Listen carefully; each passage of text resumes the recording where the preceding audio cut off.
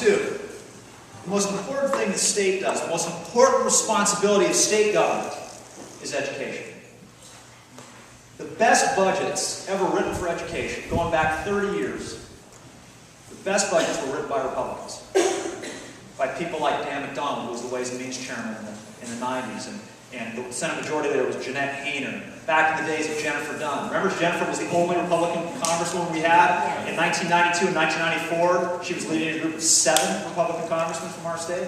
Those were good days. Republicans were writing strong budgets for higher ed and for K-12. And you know what? As a result of good budgets, we doubled the amount we spent per child from 1980 to today. Doubled in real dollars.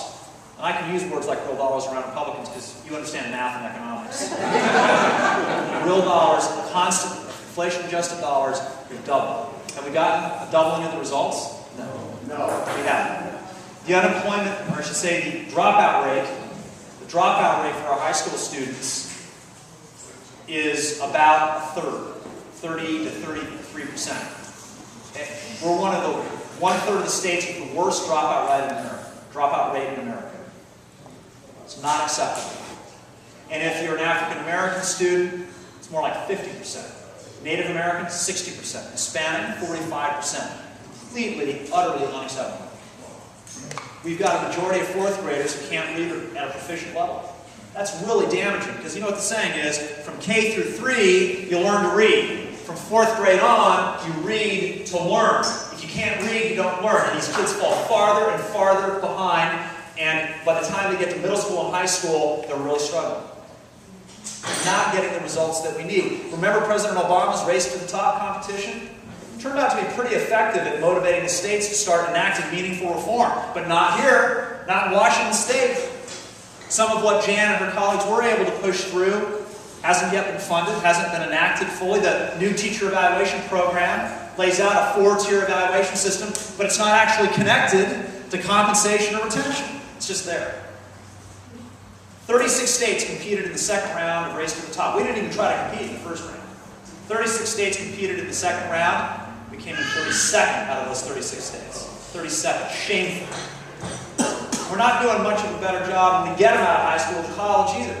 Of the ones who do graduate on time, of those who go to community college or technical school, over half have to sign up for remedial math or English or both. Over half.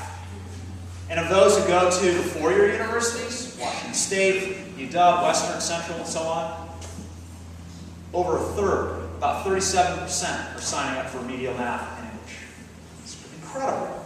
They can get out of high school and not be ready to do math and English at that level. So reform is key, and the reforms are well understood. We know that the single most important factor in the success of a child, all other things being equal, the single most important factor is a high-quality, high-performing teacher. And the second most important factor is a high-quality, high-performing principal. We know that. We know that if a child has a highly effective teacher for 4 years in a row, it erases the achievement gap. You will not be able to tell from the test scores between an African-American child and a white child. That's how important quality teaching is. So what we need to do is we need to start rewarding our best teachers, moving them up, inspiring the rest to be the best, and for those who aren't cutting it, I don't think it's most, I think it's probably less than 10%. They need to be encouraged to find a different career instead of given tenure, which is what we do today. Education reform is key. Third thing we have to do is we have to step up and reform and remake state government. Because if you want to free up the money to invest in education in good results, if you want to invest in reform, if you want to invest in deregulation and tax relief for small businesses, we've got to make state government work better. The attitude in state government for a long time has been, well, if you want us to do more, of course we've got to get us more money, more people. If you look at the 1997-99 budget, and you compare it to the 2007-2009 biennial budget, you see 16.7% more state employees, a 91% increase in the amount we spend on state employee benefits, and a 67% increase in the amount we spend on salaries and wages in that 10-year period. We have to move the other direction. We need to move in the direction of a smaller state government where everyone is more productive, more powerful in the work they do, and free up money that we can invest in priorities like education. That's what we do in our office. When I announced for governor last month, I had fewer people drawing a paycheck in the Attorney General's office than when I was the new Attorney General in June of 2005. And yet the legislature has given us more and more work over these 6+ years. And yet we have consistently rising client satisfaction scores. We survey our clients every 18 months, and consistently rising and above average employee satisfaction scores. And how do we do that? 2 ways. One, we rigorously support everybody. Everybody in the office is treated as a valuable member of the team with ideas to improve the office. We've been through 4 rounds of quality improvement in our office. And I have to tell you, I thought by round 4 they might be out of ideas. They gave me 463 ideas to continue to improve and streamline our office.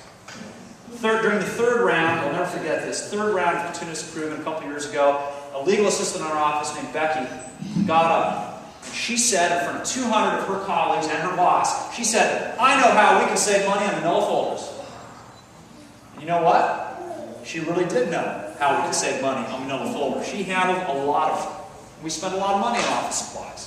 But what was really important about the fact that Becky Walter would get up and say that in front of her colleagues, her peers, her bosses, was that she felt safe and confident enough that her best idea would be taken seriously. Because she had watched the ideas of other people in the office be implemented again and again and again. And I got to tell you, legal assistants are like the staff sergeants of an Attorney General's office. Okay? They make it happen. That's where the work is being done, and they know how we can improve the office. If you empower every state employee to come out with their best thinking on how to improve state government, and then you act on that, and you don't make excuses for not enacting your best ideas, you can remake state government. You can make every agency of state government more powerfully productive, get more done with fewer people, and free up that money for tax relief, for education reform, and education investment. And if I'm governor, we do it right away.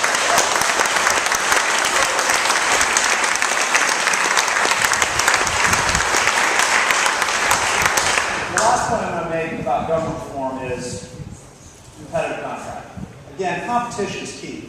Competition drives innovation, it drives out costs. And innovative governments have understood this for a long time. They expose the services they provide and the work they do to competition. They empower their employees to compete to do the work. They bring in the private sector, let them bid to do the work. And what happens when you do that is that your employees tell you what they're going to need by way of reform to be able to deliver the work faster, better, cheaper. And if you look at some governments like Indianapolis, over half the time the employees will get the work. And the rest of the time the business bidders will get the work. And on average, in Indianapolis' experience, you save 20%, regardless of who gets the contract. Think about what you could do if you could save 20% in cost of everything the state does. And think of the way it works now instead. Keep in mind, competition, competitive contracting, it's already written in the state law. It's already there. We're just not doing it. The governors, Locke and Gregory, have chosen not to do it. Chosen not to expose more state services to competition. So let me give you an example of what this means. I've got 15 different offices. We're all over the state. I've got a lot of computers. I've got servers for those computers. And I want to move out and bid that out. I don't want to own servers anymore. I want to go out to the cloud. And our research indicates I can store information out in the cloud and privately on servers for about 27 cents per month per gigabyte. I can store, I can retrieve. The State Department of Information Services came out and they said, well, you're going to have to use our servers. And the first bid that came out, they said it's going to be $6 a month. Not 27 cents, $6 a month per gigabyte. Then they came back and said, oh, no, we didn't mean that. We can do it for $4. Well, maybe we can do it for $3. This is what's wrong with state government. You cannot monopolize anything and be efficient at it. We need competition. It'll create opportunities for our state employees to be better and stronger. It'll create opportunities for small businesses who are trying to grow.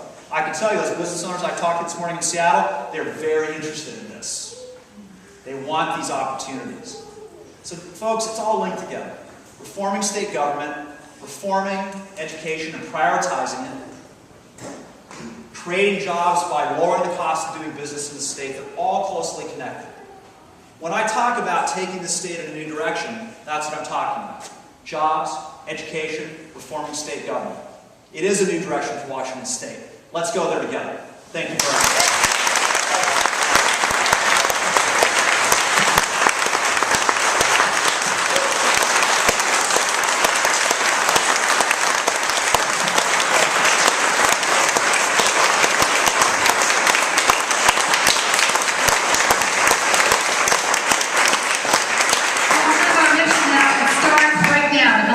Achieve these worthy goals right now. We need to get out and hit the ground running.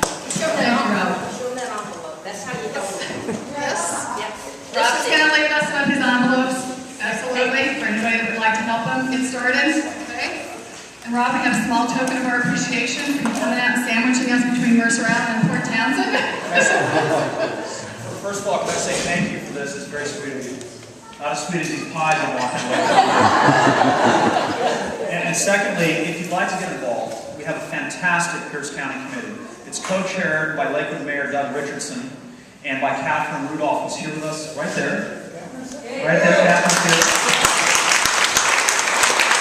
Catherine is the leader with the Realtors in Tacoma, Pierce County. Jan Angel is a close friend and ally. I love her to death, and I know you're not going to have trouble getting reelected, but of course, anything I can do, you know I'm there.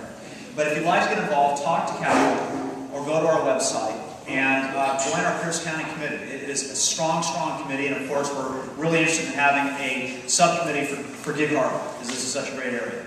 So as I look out in the room, I see a lot of friends who've been with me a long time, like Walker, and I hope you might choose to get involved. I apologize for having to race out to catch that ferry, but I'll be back. I'll be seeing you a lot. Thank you very much.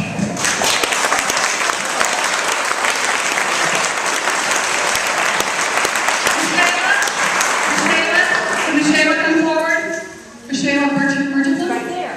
There you are. Okay. This is a recipient of the Car Republican Women's Scholarship from Gig Harbor High School this year.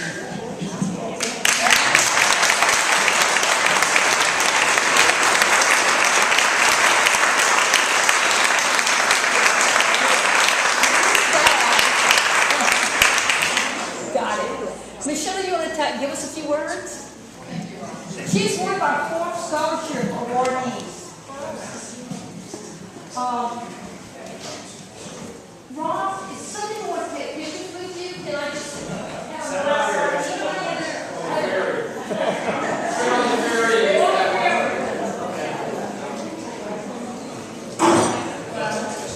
First, I wanted to thank Rob McKenna. I would also like to thank the Republican women, especially Judon Kimbelow and Marlon Jensen, for believing in me and helping to make our city and our nation a better place. As for me, I am in the fall. I will be attending Eastern Washington University, and they have selected me to be a part of their soccer team.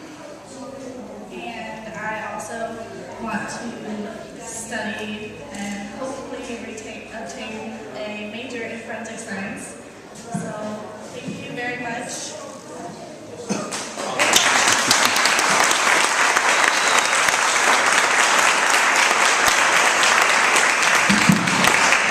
Okay, food's on. Everybody help themselves and then go. We're starting at the center of the appetizers and then moving down there. Finish our program later.